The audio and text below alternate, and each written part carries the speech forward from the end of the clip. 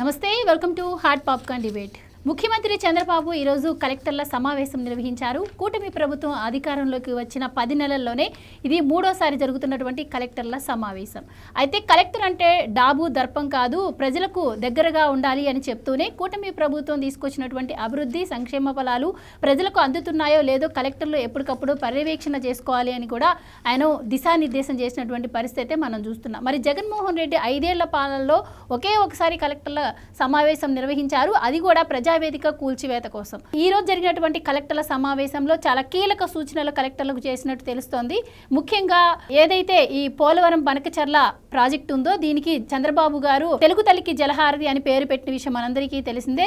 ఇది ప్రాజెక్టు పూర్తయితే రాయలసీమ సస్యశ్యామలం అవుతుంది అని కూడా ఆయన చెప్పడం జరిగింది. మరి ముఖ్యంగా ఈ ప్రాజెక్ట్ పూర్తవడానికి ఎంత వ్యయం అయ్యే అవకాశం ఉంది, అలాగే ఎంత టైం పట్టే అవకాశం ఉంది, ఆయన చిరకాల కళ అని చెప్పిన నేపథ్యంలో దీన్ని కంపల్సరీగా నెరవేర్చే అవకాశం ఉందా? ఇక ముఖ్యంగా కలెక్టర్లకు ఈరోజు ఇచ్చినటువంటి దిశానిర్దేశం ఏ విధంగా ఉంది, ఇలాంటి అంశాలన్నీ ఈరోజు డిబేట్లో చర్చిద్దాం.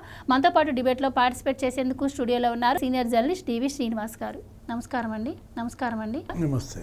గతంలో కలెక్టర్ల సమావేశం అంటే 3 months బ్యాక్ నిర్వహించినప్పుడు కూడా ఆయన ఒక మాట చెప్పడం జరిగింది, టెక్నాలజీని ఉపయోగించుకొని పనిచేయండి అని చెప్పి కలెక్టర్లకు.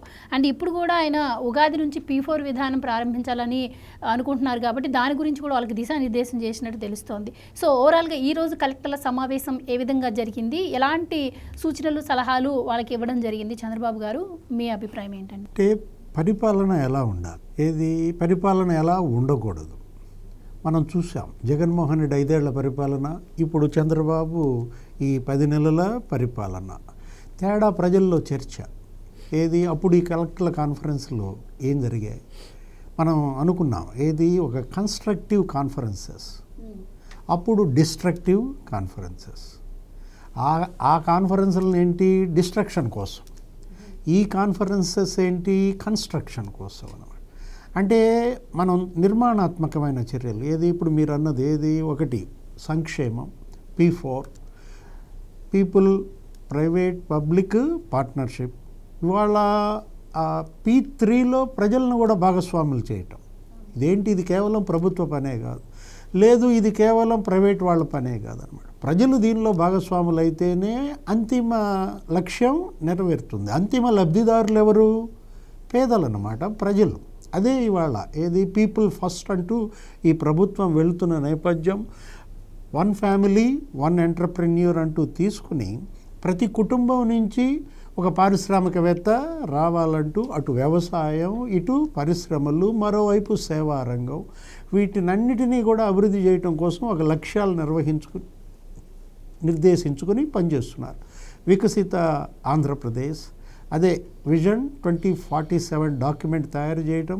దాంతోపాటుగా ఏంటి, నియోజకవర్గాల్లో కూడా విజన్ 2047, 175 నియోజకవర్గాల్లో కూడా పూర్తిగా మీ నియోజకవర్గంలో ఉన్న వనరులు ఏంటి, ప్రాజెక్టులు ఏంటి, అక్కడ ఏ పరిశ్రమలు తీసుకురావాలి, ఎవరికి ఎలాంటి ఉపాధి కల్పించాలి, వ్యవసాయానికి ఏం మేళ్లు చేయాలి, సంక్షేమం ఎలా అందించాలి. అంటే 175 ఇండస్ట్రియల్ పార్కులు పెట్టాలని, ప్రతి నియోజకవర్గంలో ఒక ఇండస్ట్రియల్ పార్క్. మనం చూసాం ఈ 9 నెలల్లోనే దగ్గర మరి 8 లక్షల కోట్ల పెట్టుబడులు ప్రతిపాదనలు వచ్చాయి. అవన్నీ కనుక గ్రౌండ్ అయితే నీకు 5.5 లక్షల మందికి ఉపాధి ఏర్పడుతుంది. ఈరోజు ముఖ్యమంత్రి కూడా మాట్లాడుతూ జరిగిన అభివృద్ధిని సమీక్షించారు, జరగబోయేటటువంటి ఆ కార్యాచరణ ప్రణాళికని నిర్దేశించారు. వాళ్ళు ఏంటి, వీళ్ళే IASలు IPSలు ఏంటి, రథచక్రాలు చేయాల్సింది వాళ్ళే పరిపాలన. అదంతా పొలిటికల్ గవర్నెన్స్. ఏది, ముఖ్యమంత్రి దగ్గర నుంచి ఉప ముఖ్యమంత్రి, మంత్రులు, లేకపోతే ఎమ్మెల్యేలు, వాళ్ళని ఏమంటాం, పొలిటికల్ గవర్నెన్స్. వాళ్ళ సమస్యలు చెప్తారు, ప్రజలు కోరుకునేది వాళ్ళు చెప్తారు. చేయాల్సింది ఎవరు, కలెక్టర్లు, ఆ తర్వాత IPSలు అనమాట. దానిపైన ఇవాళ స్పష్టమైనటువంటి నిర్దేశం ఇచ్చారు. దాంట్లో కూడా మొట్టమొదటిది ఏంటి, తలసరి ఆదాయం ఇవాళ 30,000 పెరిగింది.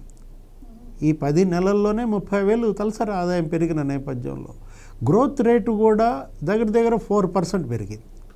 జగన్మోహన్ రెడ్డి దిగిపోయినప్పుడు గ్రోత్ రేటు, ఇప్పుడు ఈ 10 నెలల్లో వచ్చిన గ్రోత్ రేటు చూసినట్లయితే 1% గ్రోత్ రేట్ అంటే అర్థం 15,000 కోట్ల సంపద. అంటే సమాజంలో 15,000 కోట్ల సంపద. ఈ 10 నెలల్లోనే నీకు 60,000 కోట్ల సంపద సృష్టి జరిగినట్టు అన్నమాట. జిఎస్డిపి అంత పెరిగిన నేపథ్యంలో స్పష్టమైనటువంటి నిర్దేశం ఇచ్చారు. ఏది 2047 నాటికి తలసరి ఆదాయం 50 లక్షలకు చేరాలి. గ్రోత్ రేటు 15% రావాలి. ఇప్పుడు గ్రోత్ రేట్ ఎంత వచ్చింది? దగ్గర దగ్గర 13%కి చేరుకున్నారు. ఇంకా 2%కి రావటంతో పాటుగా అదే గ్రోత్ రేటు 5 ఏళ్ళు కంటిన్యూ అవ్వాలి. ఎవ్రీ ఇయర్ 15% గ్రోత్ రేటు సాధిస్తూ అనుకున్న లక్ష్యాలు చేరుకోవాలంటే నీకు 2.4 ట్రిలియన్ ఎకానమీకి ఆంధ్రప్రదేశ్ ఎకానమీ మారాలని. అంటే ఇవాళ నీతి ఆయోగ్ నివేదిక ఇచ్చారు. ఏంటి? ఈ పేదరిక నిర్మూలన కోసం ఎలా ఆర్థిక అసమానతల్ని తొలగించాలి. అదే P4 కూడా వీళ్ళు తీసుకున్నది. ఏది? వాళ్ళ సంపన్నులు కొంతమంది పేదలకి సహాయం పడాలి, ఆర్థికంగా, ఉపాధి పరంగా, అన్ని విధాలా అన్నమాట. ఎవరైతే సహాయం చేయడానికి ముందుకొచ్చారో వాళ్ళని మార్గదర్శులని, ఈ సహాయం పొందే కుటుంబాలని, అది గోల్డెన్ ఫ్యామిలీస్, బంగారు కుటుంబాలని, ఒక 20 లక్షల కుటుంబాలు ఏమో పెట్టుకున్నారు టార్గెట్ ఈ P4లో. దీనికి సంక్షేమ పథకాలకు అసలు సంబంధమే లేదు. ఆల్రెడీ వైఎస్ఆర్ కాంగ్రెస్ పార్టీ ఏమని బిగిన్ చేసింది? P4 తెచ్చారు అంటే మీకు వెల్ఫేర్ ఎత్తేస్తారని పుకార్లు పుట్టిస్తున్నారు. వెల్ఫేర్ స్కీమ్స్ వేరు, ఇది వేరు అన్నమాట. ఇప్పుడు మనం చూసాం సంక్షేమం కూడా పెద్ద ఎత్తున ఈ 9 నెలల్లోనే మనం ఏది పెన్షన్లు పెంచేశారు. నీకు 3,000 రూపాయల పెన్షన్ 4,000 చేశారు. నీకు 3,000 రూపాయలు దివ్యాంగుల పెన్షన్ 6,000 చేశారు. అన్నా క్యాంటీన్లు ఓపెన్ చేశారు. పెద్ద ఎత్తున మనం రేపొద్దున తల్లికి వందనం ఇస్తున్నారంట. ఏది? స్కూల్స్ బిగిన్ అయ్యే లోపు తల్లికి వందనం ఇవ్వాలని. మెగా డిఎస్సి కూడా రేపు ఏప్రిల్లోనే నోటిఫికేషన్ ఇచ్చేసి స్కూల్స్ బిగిన్ అయ్యేటప్పటికి ఉపాధ్యాయులంతా కూడా ట్రైనింగ్ పూర్తి చేసుకుని చేరిపోవాలని. అన్నదాత సుఖీభవ రైతులకి ఏంటది? అది కూడా నీకు 3 దశల్లో కేంద్రం వేస్తున్న అమౌంట్తో పాటు వీళ్ళ అమౌంట్ కూడా ఇచ్చేసేయటం. ఇప్పుడు ఆ మత్స్యకారులకు కూడా ఇప్పుడు ఈ వేట ఈ లేని సమయంలో ఇచ్చే ఆర్థిక సాయం అది కూడా ఇప్పుడు ఇచ్చేసేయమని, ఏప్రిల్లోనే 20,000 రూపాయలు ఫిషర్మెన్కి ఇచ్చేయమని ఈరోజు స్పష్టమైన ఆదేశాలు ఇచ్చిన నేపథ్యంలో అటు వెల్ఫేర్ ఇటు డెవలప్మెంట్ ఇవాళ 2 కళ్ళుగా ఈ ప్రభుత్వం వెళుతోంది. పేదరిక నిర్మూలనే లక్ష్యంగా ఇవాళ ఆంధ్రప్రదేశ్ ఏంటి? వ్యవసాయ ఆధారిత రాష్ట్రం. ఇక్కడ నీకు ఇరిగేషన్ ఇక్కడ మనం చూసాం. ఇక్కడ గోదావరి కృష్ణ వస్తేనేమో విపరీతంగా ఫ్లడ్ వస్తుంది. వచ్చిన నీళ్ళు వచ్చినట్టుగా సముద్రంలో కలిసిపోతున్నాయి. ఈ 10 నెలల్లోనే 5,000 టీఎంసీలు వృధాగా కలిసిపోయాయి సముద్రంలో. అటు గోదావరి కానీ ఇక్కడ కృష్ణ కానీ 5,000 టీఎంసీలు ఎవరు వాడుకున్నట్టు? అంటే దిగువ రాష్ట్రంగా ఏది లోయర్ రైపేరియన్ స్టేట్గా ఇవాళ మిగులు జలాలపైన హక్కు మనదే. ఇది ఇప్పుడు కాదు, ఇంతకుముందు ఎప్పుడో మనకిచ్చినటువంటి హక్కు. ఇప్పుడు కొత్తగా వీళ్ళిచ్చే హక్కు కాదు. సముద్రంలోకి పోయే నీటిని వాడుకునే హక్కు దిగువ రాష్ట్రంగా మనకుంటుందన్నమాట. ఇది దేవుడిచ్చిన వరం. ఇది ఎవరు? ప్రభుత్వాలు ఇచ్చే వరం కాదనమాట. ప్రకృతి ఇచ్చిన వరం. పోతోంది నీరు సముద్రంలోకి అంటే సముద్రంలోకి బానిస్తారా? మరి తెలంగాణ అభ్యంతరం చెప్తుంది సార్. వాళ్ళు వాడుకొని మిగిలిన జలాలే కదా. అదే తప్పు. ఏది? ఇప్పుడు వాళ్ళు పోలవరం అక్కడ మనం చూసాం. ఏది? కాళేశ్వరం కట్టుకున్నారు. 1,00,000 కోట్లతో కాళేశ్వరం కేసీఆర్ కట్టినప్పుడు ఎవరన్నా అడ్డుకున్నారా? ఎవరన్నా అభ్యంతరం చెప్పారా? ఇప్పుడు కాళేశ్వరం అక్కడ దెబ్బతినొచ్చు. ఇంకా కట్టుకోండి మీరు కావాల్సిన ప్రాజెక్టులు. ఎందుకంటే గోదావరిలో సంవత్సరం 2,000 టీఎంసీలు వేస్ట్ అవుతారు. ఇప్పుడు అందుకే ఇది తీసుకున్నది. ఏది? బనకచెర్ల పోలవరం ఇవాళ ఈ ప్రాజెక్టు ఇది గేమ్ చేంజర్ అన్నమాట. ఇదేంటి? నదుల అనుసంధానంలో ఇవాళ ఇది అతిపెద్ద ఇరిగేషన్ ప్రాజెక్ట్, అతిపెద్ద ఇరిగేషన్ ఇన్ఫ్రా ప్రాజెక్టుగా ఇవాళ బనకచెర్ల పోలవరం అనేది ఒక రికార్డు. దీనికి కూడా కేంద్రం నుంచి నిధులు అడుగుతున్నాం. దగ్గర 80,000 కోట్లతో ఏమో మనకి ఇది వర్కౌట్ అవుతుంది. ఏది? ఈ గోదావరి జలాలని కృష్ణా జలాలతో తెచ్చుకోవటం, కృష్ణా జలాలను మొత్తాన్ని రాయలసీమకి ఉపయోగించుకోవటం, రాయలసీమని ఇవాళ కరువు రహిత ప్రాంతంగా మార్చటం ఒక గొప్ప లక్ష్యంతో పెట్టుకున్న దాన్ని దీనికి తెలంగాణ ప్రభుత్వం అభ్యంతరం చెప్పడం కూడా అది తప్పు. అది సమంజసం కాదనమాట. ఏది? మీరు చేసుకోండి. మీ ప్రాజెక్టులు మీరు కట్టుకున్నప్పుడు ఆంధ్రప్రదేశ్ ఏమైనా అభ్యంతరం చెప్తోందా? కర్ణాటక కట్టుకుంటుంది ప్రాజెక్టులు, ఎవరు కట్టుకోవట్లేదు, మహారాష్ట్ర కట్టుకుంటుంది ప్రాజెక్టులు. ఇక్కడ భగవంతుడు ఇచ్చినటువంటి వరం ఇవాళ నదులు జలాలు, వాటిని ఎవరి స్థాయిలో వాళ్ళు వాడుకోవాలి తప్ప సముద్రంలో పోయే నీటిని వాడుకుంటానంటే నేను ఒప్పుకోనంటే. రైట్. ఇదనే కాకుండా రాష్ట్రంలో కూడా ప్రాజెక్టుల పైన కూడా ఆయన దృష్టి పెట్టి చేస్తున్నటువంటి విషయం తెలిసిందే. పోలవరం విషయాన్ని మనం చూసాము, దాన్ని కూడా కంప్లీట్ చేయాలన్న ఉద్దేశంతో ఆయన చేస్తున్నారు. ప్రాజెక్టుల వర్క్ ఏదైతే ఉందో దీన్ని ప్రతిష్టాత్మకంగా తీసుకొని పనిచేస్తున్నారు చంద్రబాబు. ముఖ్యంగా నీటి సమస్య ఉండకూడదని చెప్పి ఆయన కూడా ఈరోజు కలెక్టర్ల సమావేశంలో కూడా మాట్లాడినటువంటి పరిస్థితి. అలానే ఈ తెలుగు తల్లికి జలహారతి ద్వారా రాయలసీమ సస్యశ్యామలం అవుతుంది అంటున్నారు. సో రాయలసీమకు ఏ విధంగా ఉపయోగం అంటారు, మీరేం చెప్తారు? అంటే ఇది ఒక అమృత్ కాలం. ప్రధాని మోడీ భాషలో చెప్పాలంటే, లేకపోతే బీజేపీ వాళ్ళ భాషలో చెప్పాలంటే ఇది ఒక అమృత్ కాలం. ఇది ఆంధ్రప్రదేశ్ ఎంపీల పైన ఇవాళ కేంద్రంలో బీజేపీ ప్రభుత్వం ఆధారపడిన అమృత్ కాలం. ఎన్డీఏ అక్కడ ఉంది, ఇక్కడ ఉంది. మరి డబల్ ఇంజిన్ సర్కార్ అంటే ఇదే. ఏది, అటు పోలవరాన్ని మీరు కంప్లీట్ చేయాలి, ఇటు ఈ బనకచెర్ల పోలవరం ఇది కూడా కంప్లీట్ చేయాలన్నమాట. ఇప్పుడు 10 జిల్లాలు దీనిపైన ఆశగా ఎదురు చూస్తున్నాయి. దీనివల్ల నష్టమేమి ఉండదు, ఏ రాష్ట్రం కోల్పోయేది ఉండదు. మహారాష్ట్రకి ఏమి నష్టం లేదు, కర్ణాటక నష్టం లేదు, తెలంగాణకు నష్టం లేదు.